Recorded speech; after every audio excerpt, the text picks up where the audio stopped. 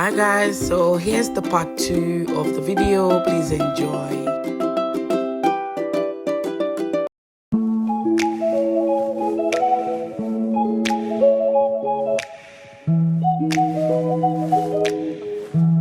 Just to bring you back a little bit, I'm just going to give you like a rough estimate of how much we really spent on this journey, how much it cost, how much we had to spend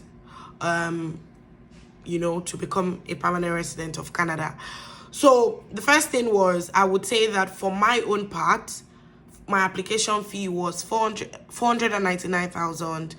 I did a medical of, I think medical that I did was 49,000 naira.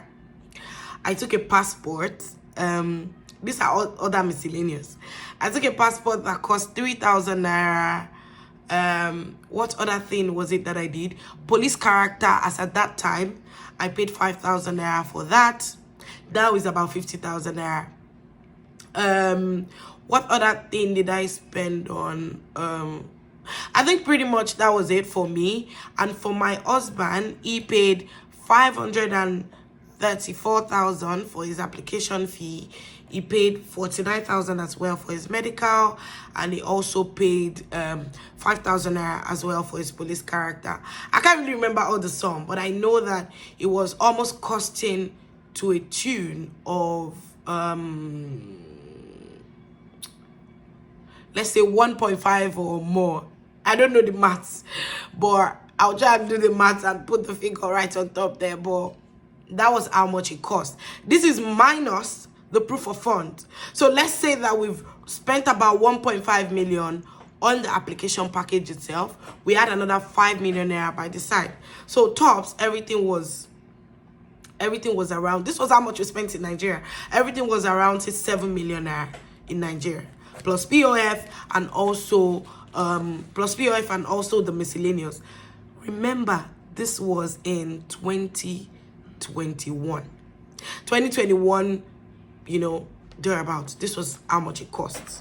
So the application fee, medicals, and proof of fund, roughly we had a joint amount of 7 million naira. So we all know that after December, there was a pause with IELTS. There was a pause with the Federal Skilled Worker Express entry. There was no draw. There was no draw the usual way that they usually do it. There was no draw. People were waiting. I think it ran through for about a year. There was no draw. All through 2021, it was really a tough time and a waiting game for people that wanted to relocate to Canada. So we were waiting. Of course, we were moving on with our lives. And then in 2022, I think December of 2021 to January of 2022, it picked up back. They were picking up files. They were, finalizing people's files, and they were treating people's files. And I was really hopeful, really, because I was on a group of Telegram. Shout out to all my people on Telegram. It was really a tough time, but we held it on together. We were about 300 on that group, the same AOR, the same submission time. It was really cool. I really enjoyed myself on that group because people were, constantly updating. They were gingering us. You know what? Don't worry. Every one of us is going to get PPR on this group and all of that. So people started announcing. Oh my God, I got PPR. This was in January. February, a lot of more people, people started announcing again. And then I started thinking, oh my God, these are my people. I'm January 11. I submitted on the 11th of January. What's happening? Why have they not given me my PPR? What's happening? I started worrying and all of that. And I left it, really. I just didn't say anything. I guess it wasn't my time. Of course, I was panicking. I was really in a very, very, people were getting ADR to do police report, to submit a new medicals, remed and stuff like that. I just left it. I felt like, you know what? It wasn't my time, and I was, I kept living my life. So in February of 2022, luck shined on me. IRCC sent me a letter to get a remed done for me and my husband. As at this time, I was 8 months pregnant. This time I was pregnant with my son, and I started worrying. What's going to happen? 8 months, and now these people have decided to come and say, go and do PPR. At that time, I had already given up. I didn't even know that they were going to tell me to go and do anything. I was like, well, you know what? I've just taken my mind off this thing. I'm not doing it again. Anytime you people have my time, you will send me. So February, they told us to do a remed and a police report. So the race began. We did a police report because we had spent over a year in the UK. We needed to do a police character for the United Kingdom, which was pretty easy. I think very, very easy. We spent about £90 each to do that. And we also got a resealing from Nigeria to show that we didn't come back to Nigeria. Of course, we wouldn't have come back to commit a crime. So the medicals, that was where the problem began. So for the medical, there was only 2 hospitals because I was living in Glasgow, and there was only 2 hospitals that were doing this medical all through of Scotland. There was one in Glasgow and there was one in Edinburgh. I think Edinburgh or Aberdeen, I'm not too sure. So we called the one in Glasgow to know how much it would cost for us to do a medicals for the Canadian embassy. And guess what? They said it would cost us £340. I wanted to scream my head off. I was like, no, where am I going to get that kind of money? £340 for each person. My spouse was going to spend $340. I was going to spend $340. I just thought about it. Something that I did in Nigeria for 49,000. Oh my God. Am I not going to go back to Nigeria to go and do these medicals like this? I was just having a laugh. I was like, oh my God. This is going to be expensive, and all of that. But at the end of the day, we did it, we paid for it. Not like we did it, because the story is brewing rather. We paid for it, and then we're given a date for ending of February. Remember, I said I was pregnant. So we got to the hospital. At that time, we got to the hospital. I already declared that I was pregnant and hope it wasn't going to be a problem. And then the lady told me that, no, it's not going to be a problem as long as you sign to, to approve us doing the x-ray, the chest x-ray. And I'd already made my research. Like I said, I don't joke with my research. I made my research, and I was able to find people that were able to get the medicals done at 8 months. And I got to the hospital. My husband went in. He did everything. They completed my husband's own. And then it was my turn. When it got to mine, the lady called me into the room. I felt like, why are you calling me? Hope there's no problem. And then she started with, you know what? We didn't know you are this big. We didn't know that we could not put you on the machine to do the x-ray. So we will advise that you wait till you give birth and you come back. You know what I did, guys? I sat down and I started crying.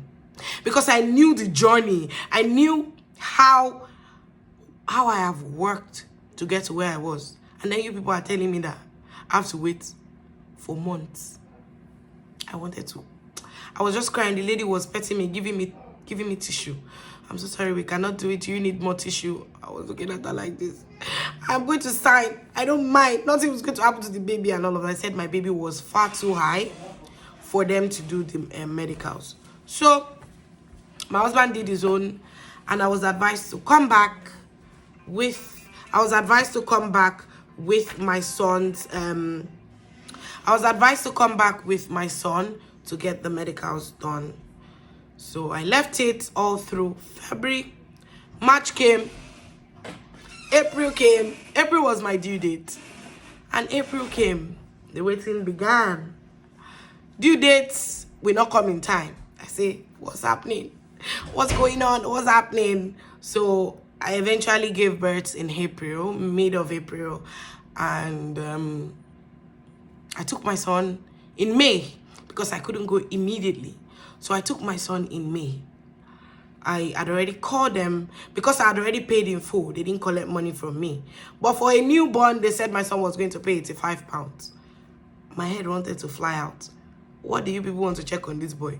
Hospital say he's all right. We can take him home. And then you're telling him to come and pay £85. Anyway, we paid Sha. And we took my son to the hospital. And I also completed my x-ray. So we did everything. They examined my son. They got all the information. They did some blood works, and that was it. We ended, and we went back home. I got some documents. When I failed to complete the my medicals first in February, I attached a letter of explanation explaining to Canada's the IRCC that, see, look, I was pregnant at the time that I got this request and I couldn't fulfill it. So I'm explaining that I was asked to come back to complete my medicals in April after my due date to get all of this sorted out. So I sent that and I was hoping for the best. So when I completed it, I went back again with another letter of explanation in May to say that, you people, please, oh, I've done the medical, I've also done for my son. And to top it all, can I please add my son to my application? Me, I'm just adding and adding and adding. The first person I added was my husband. On this same journey, I also added my child. So I sent them, and before I gave birth, in fact, I had already prepared all the documents because I knew the documents you were going to submit. I prepared beforehand. So immediately I gave birth, I raised the web form immediately. I'd given birth. Can I add my son? Can I add my son? This is his birth certificate. Can I please add him? And all of that. And lucky for me, in June, after May, April, May, January, February, March, April, May, June. In June, I got a request to add my son and to submit all his documents. And then the problem began. Nigerian passport for my son. Oh my God, it was crazy. So this journey was eventful. It was financially draining. It was a test of our patience. So I got the request for my child. So the Nigerian passport for my son, as I was saying. So when I got the request, I was able to fulfill all of the other conditions. Medical was sorted. Application fee, as at that time, was increased from 225 to 230 card for a dependent. That was sorted. The forms for dependent was filled. Then the issue with the Nigerian passport happened. I had 30 days to submit the document. I knew that it was impossible for me to get the document at that time because I needed to do an NIN for my son. I needed to travel from Scotland to Glasgow, from Scotland to England to do his passport. So what I did was I waited. I almost waited the 30 days out. So I'd already done, immediately we gave birth, I'd already booked an appointment to get him done, to get him in an NIN done for my son.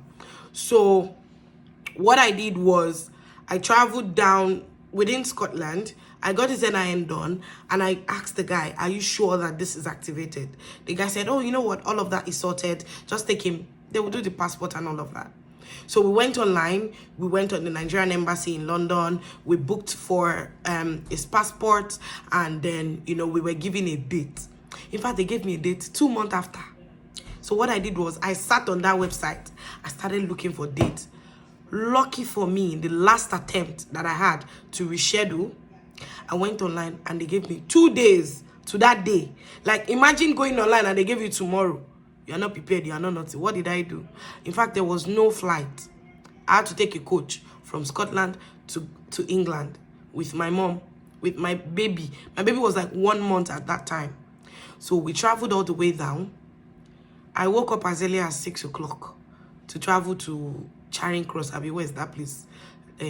Wherever it is that they have the office. I got there 6:30. I was still number 15 on the queue. We lined up. Because I had a baby, when I got in, it was quite swift. We did everything. I was called upstairs to come and capture for my son. When we got upstairs, guess what, guys? Just out. I was told that my son's NIN had not been activated. I wanted to go crazy, and because of that, they couldn't process his passport. So I needed to go back to Glasgow and process his NIN. I wanted to sit down and start crying. Like, is this, what is happening? God, village people, are you the one looking around? That's a joke anyway. But I was just wondering, couldn't you guys fix this thing here? They said, no, I needed to go back. So I called my mom, I called my spouse, and I was like, you know what? Just make contact. Call anyone you could, anyone you know. Let them do this thing from Nigeria. I'm not going to go back to whoever did this because they said that everything was done from Abuja. So I told the guy, you know what? No problem. Can I come back tomorrow to confirm that it's been activated? And he said, yes. So I went home, I started struggling. I called about 5 people. I called some of my good friends. Can you please help me go to any NIN office you know? Let them just help me activate this thing. And one of my sisters just called to say that, you know what? They've activated it. This was been done. She actually works with NIN and she said they've activated it. And I was like, okay, you know what? I'm just going to go back tomorrow and I'm going to let them know that this has been done. Oh, please help me activate this NIN. Let me continue with the process of my son's passport. And then I left. I went back to Glasgow, I think the 3rd day. I went back thinking that if anything arises, I could still rush back and get things sorted. So I came back to Glasgow the 3rd day. And the waiting game began. I had one last day to submit. So what did I do? I attached his other documents, his medicals and all other documents. I attached it with a letter of explanation, explaining my situation. And I submitted on the 30th day, which I shouldn't have. But I was thinking a miracle was going to happen. Something was going to happen or something. So I submitted on the 30th day. If you could remember, this was July. It was still beginning of July. Was it beginning of July or June? I'm so bad with dates. I think it's June. Yeah, June. June. It was in June. It was in June. So we came back home waiting and waiting. And before I left the embassy, I took a telephone number of someone. He said he was working in customer care. I said, you guys, I call your number all the time. Your number is never connecting. So the guy gave me his number. I was calling him. I was calling him. You know what? Please give me updates in case you hear anything about my son's passport. And my husband was also making some contact within to see if there was anyone he could speak to in the embassy. Just to tell them how we needed the passport, how fast we needed the passport. So the guy told me that because part of the requirement to submit a passport, to get a passport at the Nigerian embassy in London, was to add a special envelope. So I bought this postal order for £20 and I added the special envelope to the package, only for the guy to tell me that they lost my son's envelope. I was like, what do you mean they lost his envelope? Like, I don't understand. And I was like, yes, they couldn't find it. We will need to send another money so that they can buy another envelope. I'm like, if Nigeria wants to deal with you, it's not deal with you, not just in Nigeria, it will deal with you even in abroad. I said, okay, we shall send the guy money, please. Help us to do this thing, help us to do this thing. This was after like a month. So they shall sent it in between. I think it sent it first week of July, I think, or second week, yeah. Because I know that it was going to about 30 days. So, I'm mixing up the date actually. It was in May. We did it in May. We came back home. They didn't send it until July. So we had the whole of June gone until first week of July. So when I got the passport first week of July, I immediately sent it to IRCC. Then the waiting began. Everybody on my group announcing here, announcing there, announcement here, announcing there. I was like, oh my God, is this how? He had already gotten to 240 out of 300, and I had not gotten PPR. I would just look at it, I would just cry. I would just ignore and move on with life. So I called my sister. I told my sister, you know what? I think you need to help me email your MP. I've read that MP also have mouths. They can help you influence how fast your application will go, blah, blah, blah. So my sister wrote to her MP in Ontario here, and she was lucky to get a response. The lady said, you know what, don't worry, I'm going to get this across to IRCC and I'll get what's happening with your sister's file.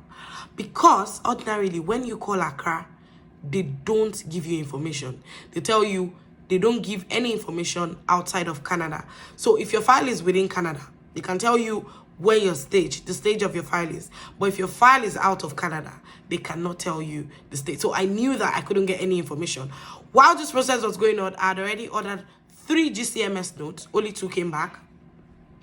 I got an update from the 2 GCMS notes. I saw that my eligibility had passed. Every other thing was done except security. I knew that I was close to getting my PPR at that time. On the 29th of July, I just woke up. And I've been sending back-to-back emails.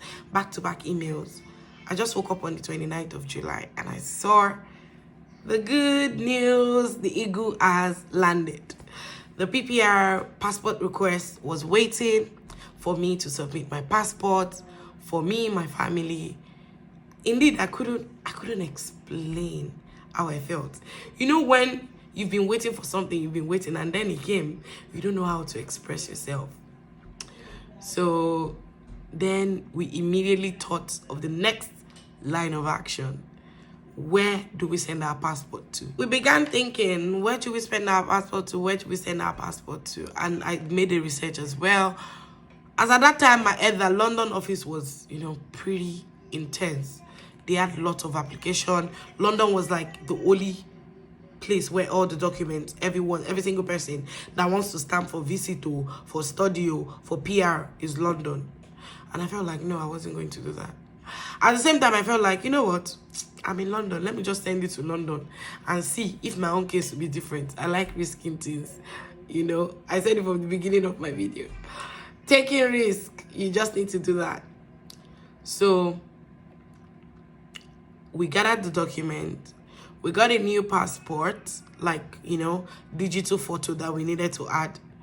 We paid the transmission fee of £16 each. We got the special envelope because we were going to use Royal Mail.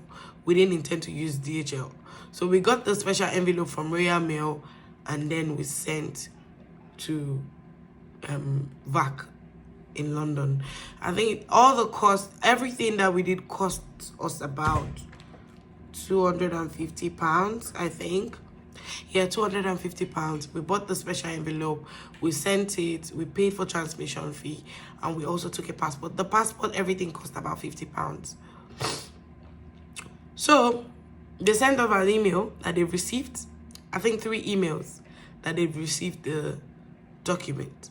And I was like, okay, people are announcing 2 weeks, my passport is back. 3 weeks, my passport is back. Like, okay, you know what? My own is going to be yes soon. 4 weeks, I'm still waiting. I felt like I couldn't do this. I couldn't. I was intense. I was having a palpitation because as at that time, our visa in the UK was about to expire. I think we had like 3 months left. Yeah, we had the intention of extending though, but we knew that we needed to get our passport back. So I emailed them. Me, I'm very good with emailing. I don't take my time. I don't even hold on. I sent an email. I attached my BRP. Can you people see? My BRP is about to expire. I don't want to be an overstayer in the UK. Can you please send my passport after stamping it? I made sure not to say that I wanted to recall, but I made sure to say that can they please stamp my passport and send it back to me? I was lucky to get a response. I'm so lucky because anytime, even when I send a message to Accra, I get a response. So they informed us that their waiting time is 10 weeks, but they will see what they can do to help us in terms of fast-tracking our passport. And guess what, guys? A week later, I got my passport and my family's passport, all stamped with our COPR. And this was in September. I submitted in August and I submitted in July. I got a response that, okay, August, we are still working on it. And then I sent an email on the 1st of September. because my visa was going to expire on the 7th. On the 1st of September, I got a response to say that they've stamped it and our COPR is included. So we got our package back on the 2nd, which was the next day. I was so happy to see my passport. I was happy to see my COPR. I was so happy to see everything, because even if I had no intention of leaving now, I was happy to see my passport. So we got our passport back, and that ended there. All the drama. I think I even omitted some of the dramas. I can't, everything, yeah and there. I can't remember, but we got our passport back, and then we started thinking, when are we going to land? So the next question began, when were we going to land? So I felt like, okay, you know what? We still had unfinished business in the UK. My son had series of medical appointments to attend to. I also just didn't want to uproot myself and just leave like that. So we started planning towards January. We got our tickets in September. Immediately, we knew that our PPR was out. We got our ticket. We had not even gotten our passport back. We got our ticket. So we got our ticket for January 1st. I think 2nd week of January, yeah. We got our ticket for that. And then we just started planning. And here we are in Canada, living our lives. It's been 2 weeks and it's been amazing. So my advice for people that want to start the PR journey, first and foremost, it's never too late. The second thing is, please be determined and be able to research. Determination, research. I'm not the type that use an agent, but if you are willing to use an agent, please use a licensed agent, or use someone that you know that it's not just going to rip you off, it's going to actually do the work. Also, always prepare for the unexpected. Financial unexpected things can happen. Mentally, you can break down. Just prepare. Be ready to, whatever happens. Be ready to be shocked by anything. This journey, 2 journeys are not the same. Never look at someone as your guideline or timeline. Be positive about your own application and wait for that time to happen, because when it actually does happen, it would happen. Another advice that I would also say, if you're a single person, you have a serious relationship, you can actually, and you've already started the process already, you can actually add your spouse if you've submitted your application. It is doable, so you don't need to come to Canada all alone. It's pretty cold here, so you can do that. I'll also make some other videos, tips, that have helped me, and I've also helped some of my friends.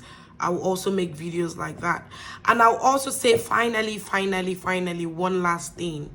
If you know that you are not financially buoyant for this journey, please take it a step at a time. If it is ECA that you can do now, do it. Give yourself a timeline. Don't rush it. Don't force yourself. I know that the express entry is now very competitive, but there are several pathways that you can read up on. There are several pathways that you can, make inquiry on, and then you can see if it works for you.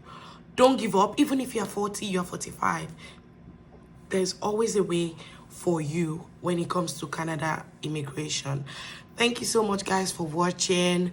I hope you enjoyed the video. If you have any question, please don't hesitate to ask me in the comment section. I would be able to answer any question to the best of my knowledge from the experiences that I've had and gone through. If my channel interests you, please feel free to stick back, like, and subscribe to my channel so that we can grow together. Sticking around till the end. I will see you guys in my next video. Bye.